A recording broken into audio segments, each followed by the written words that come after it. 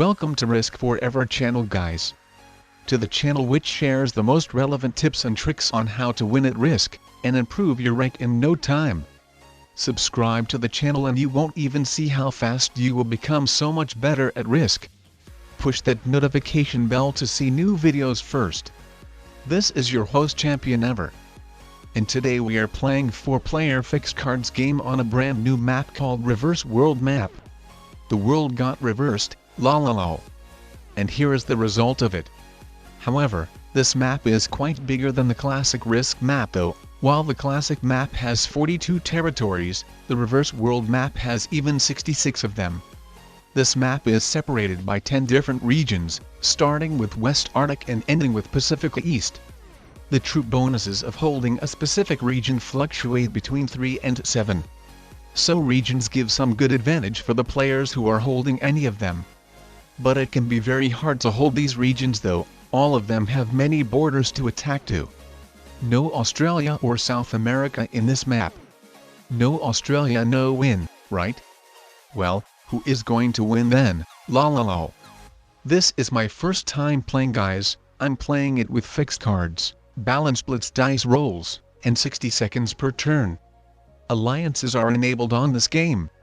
My opponents are beginner rank player who is yellow, expert rank player who is blue, and expert difficulty bot who is green. This expert bot's supposed to be a novice rank player, but she didn't ready up. Anyways, saying that, wish me best of luck, guys. I will definitely need it. Keep your fingers crossed for me. This is my first time playing, so let's hope I won't block any of my armies like I did when I first time played on Earth 220980 map, lol. You should check out this game as well. I'm leaving a link to that video in the card above. Holding regions can be very important on this map, as I said before, so this is why I made an alliance with both of the real players, yellow and blue. But apparently these two personas are the worst allies ever. Attack me into regions even though accepted my alliance requests. And while attacking me, they're ignoring each other at all. It seems it's fine between them to let each other hold regions, while they must invade me at any cost. Wow, yellow, I'm done with you. At first I was nice and I didn't invade you back. But I've had enough of it. You can forget of holding Pacifica East for good. And you know what, guys, you know what? I've just broken the alliance with the both of them. These personas ain't loyal at all. Accepted alliance requests, but don't act like an allies at all. So I decided, guys, that I will be fighting on two fronts. No mercy for these players. I know that all of my regions except one will be most likely invaded, but I will try to take the territorial advantage. You probably remember, guys, the more territories you have, the more troops you get. From 12 territories you're starting to get 4 troops, and for every 3 territories more, you get 1 additional troop. Like 5 troops for 15 territories, 6 troops for 18 territories, and so on. I hope these players don't know that, and if so, then I might take the advantage over them. And wow, guys, did you see when the blue player was manual rolling my army which guards Eastern Arctic? He was so desperate. He was so desperate that I wouldn't hold any region at all. But fortunately for me the manual rolls weren't very good for him at all. But like for real, guys, why these players are so desperate to attack me? Why one of them cannot stay neutral and just let the other one do the all dirty work? If one of them would stop attacking me and would be just turtling, when I would probably deal with the other one, the aggressor one, and eventually take the advantage over both of them, potentially getting the same number of troops as both of them combined. But currently I'm getting way less than both of them combined, and not even mentioning the troops they get by trading in sets.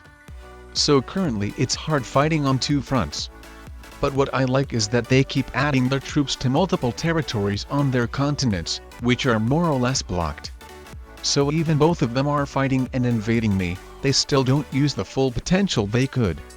So currently I'm able to keep up and can afford fighting with them, but I'm slowly getting more and more vulnerable and weaker. So I probably won't be able to keep fighting them all of the time.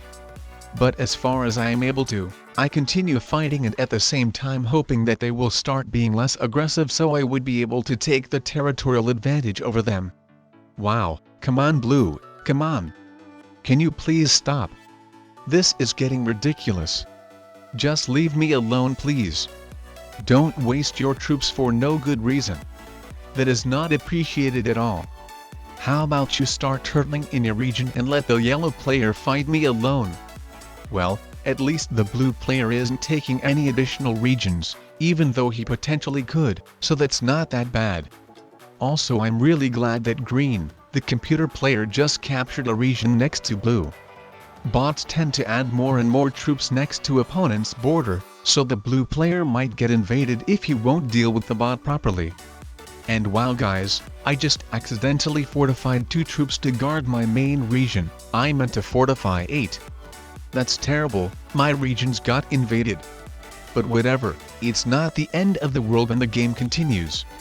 I will be more careful next time on what I press. Alright, let's recapture these regions. They won't get invaded by the yellow player anymore for sure. I completely swiped him out from there. I doubt he will use any of his big armies which are protecting his region. Wow, apparently I was so wrong. He is coming guys. He didn't attack the blue player even though blue is guarding with only 1 troop. So if it wasn't clear before, then now it's clear that yellow and blue in a very strong alliance. I thought that they might be attacking each other at some point as well, but that didn't happen and that's pretty bad for me. Well, at least the green bottom invaded blue in one of his regions and I really like that. If the blue player will be stupid to let that bot grow next to his continents, then my situation will improve by a lot for sure. As for now I have to fight on 2 fronts. Very nice, he didn't invade bot onto its continent, lol. He doesn't understand that the bot will build the troops next to his border again and seek to invade it whenever it can. Look guys, the bot even fortified its troops next to that blue's border, lol. Anyway, it seems the players stopped to attack me for a little bit and currently I'm pretty happy with my situation. I'm wondering if I will be able to hold all of that. Let's see. Yeah, I was feeling lucky way too early. The yellow player is coming for me again. And no, not again you blue. Like come on.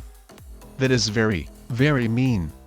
Well, on the other hand I have no idea why he isn't taking the green player out. Green has even 3 cards while have no troops at all. So at least thank you for that blue. After I take the green player out, the timer will be reset by 30 seconds, as I will be forced to trade in a set. And that means that I will be able to capture even more some extra territories. But will I be able to hold regions though? Probably not. But we will see how it goes. Maybe for some reasons they will start to be passive again. Yeah, sure, the yellow player is attacking me again. And the blue player will be doing so too. I guess I'm losing this 2 fronts war. And by the way, give this video a thumbs up if you're enjoying it so far guys. It only takes you a second but it means a lot to me. Support my channel by doing it right now. Every like matters. Also subscribe for even more episodes of Risk. I'm a Grandmaster ranked player who shares a lot of Risk tips, tricks and strategy videos. Push the notification bell to see them first. Drastically improve your gameplay by simply watching Risk videos. Anyway, as you can see I took 1 region from the blue player. How I didn't notice that he doesn't guard it at all before, lol. I fully captured that region because I wanted to see what the yellow player is going to do. I was thinking that maybe the yellow player would capture it all from me, and then the blue player would have attacked into that region because it was his region before I took it from him.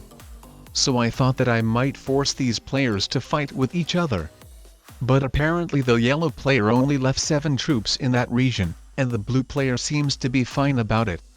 I'm not even mentioning that players are still attacking me like crazy right now. So you know what guys, you know what? I give up. Let's wave the white flag. The flag who is waved to show that you accept the defeat or do not intend to attack. Let's go to the settings and press that surrendering button. Well, how about no? I about to show the strategy which I use on how to beat teaming players who are quite stronger than me. As you can see, these players have way more troops combined than me. So by fighting two fronts I cannot beat them anymore. So you know what my strategy is, guys, in cases like that? Just to become as passive as I can, stop attacking other players at all, and just to put my troops into one big army. Preferably in place which wouldn't be blocked. You know what is the sneaky thought behind that strategy? Is that these players, sooner or later, will start to fight each other. As if they won't, then who is going to win then? The game isn't going to last forever. One or other player will have to attack each other for sure. The player who will attack other first can potentially get some advantage against the other player by ruining his region troop bonuses first. The tension to attack other first should be very big between these players. I doubt their strong alliance is going to last forever when they have half word each. The greediness will kill them both. Mark my words, guys. Well, of course, one of these players could potentially take me out, but who would like to take that big army of troops and give the advantage for the other player? If one of these players would take my army down, then that player most likely would ruin his chances to win this game as well. That would be a losing move. Yes, yellow, yes. Attack that nasty player blue. Very nice, very nice. The conflict between the yellow and blue players has been started. Now there's no way back. These players are going to destroy each other. The end of the world has begun. The two strongest world nations has officially declared the war, while the third world country is going to chill out in its lands and watch the world burn. There is no way back, guys. Grab some popcorn and watch these players destroying each other. My secret plan has finally worked. And by the way, for those who aren't familiar with my channel yet, my name is ChampionEver. And in this channel I'm sharing relevant risk global domination tips and tricks that will help you to increase your rank in no time. I upload my videos constantly. I try to make them short and informative but also entertaining at the same time. I'm currently Grandmaster and have over 1,000 hours of experience which I want to share with you. Most people want to know how to win at risk. Are you one of them? If so, then what are you waiting for? Subscribe and start grinding those rank points right now. Drastically improve your gameplay by simply watching risk videos. Alright, it seems the yellow player is taking the advantage over the blue player. The blue player isn't being so aggressive and don't invade all of yellow's regions.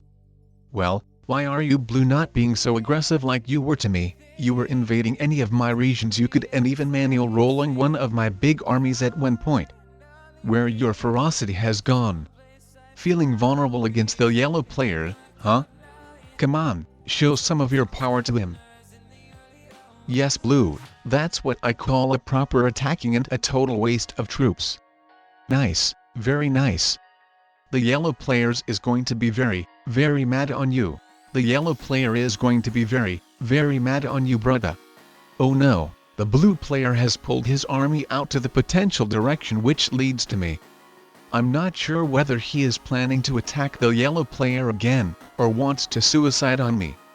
So, by wanting to show for the blue player what I'm on his side, I attacked the yellow player into one of his regions. I didn't want that this long game would potentially end of the blue player suiciding on me. And nice, very nice, the blue player has wasted even more troops on the yellow player. I'm so glad to not be the weakest player anymore. In fact, the yellow player has changed the positions with me. At first he was teaming up with the blue player against me, and now he is getting crushed by his old ally blue with some of the help of me. The situation for the yellow player doesn't look too good at all. And look, guys, I even became the strongest player of them all. But I still don't have enough troops to take both of them out in a single turn. They still have more troops combined than me. And oh no, guys, the yellow player is attacking me again. I hope he will invade regions of the blue player as well. I don't want from him to revive. That is the least I want. Well, you were close, yellow. You were a little bit too slow. Let's capture as many yellow's territories as possible, guys. Or let's just stop there. I don't want that the yellow player would run out of time invading blue's regions again. Well, why did the yellow player has just skipped the whole turn? Did he leave the game? Well, the profile card doesn't say so. In any case, I must attack the blue player whatsoever. I don't want that he would take the advantage over me. So let's attack him, guys. I didn't attack him in the last region because I didn't want to unblock his biggest army. I don't want that he would take as many my territories as possible. And wow, guys, when I finally attacked the blue player into his regions, the yellow player has suddenly came back to the game. Doesn't it look strange, guys? Anyways, I think I can properly deal with both of them. Maybe my regions will get invaded, but I will probably still be having a lot of territories getting a decent troop bonus. And here I realized I screwed up, guys. I didn't mean to unleash the biggest army of blue. Now he will be able to capture many territories of mine. It seems I won't win so easily like I thought, guys. Well, unless the blue player will be dumb to put his army into a blocked place again, lol. Wow, what a kamikaze player. Instead of playing to win, he decided to suicide on me.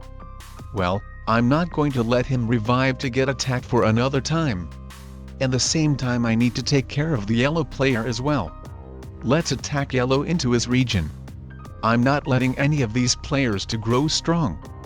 And it seems the yellow player has some internet connection problems for real, or something like that, as he just disconnected and the bot took over him. The blue player is finally smart to move his army from the blocked place, but at what cost? I even received 25 troops for all of my lands, so the game is over for him. I don't think I will have any problems dealing with the disconnected yellow player anymore. Look, guys, we have the same amount of troops, but I have way more territories. Wow, what a game, guys. It took over 1 hour and 30 minutes, but at the end, after so many nerves lost, I finally won. I hope you guys liked my strategy on how to beat the teaming players and enjoyed the gameplay. Give this video a thumbs up if so. I recommend watching you some more of my videos or even playlists, and you won't even see how fast you will improve.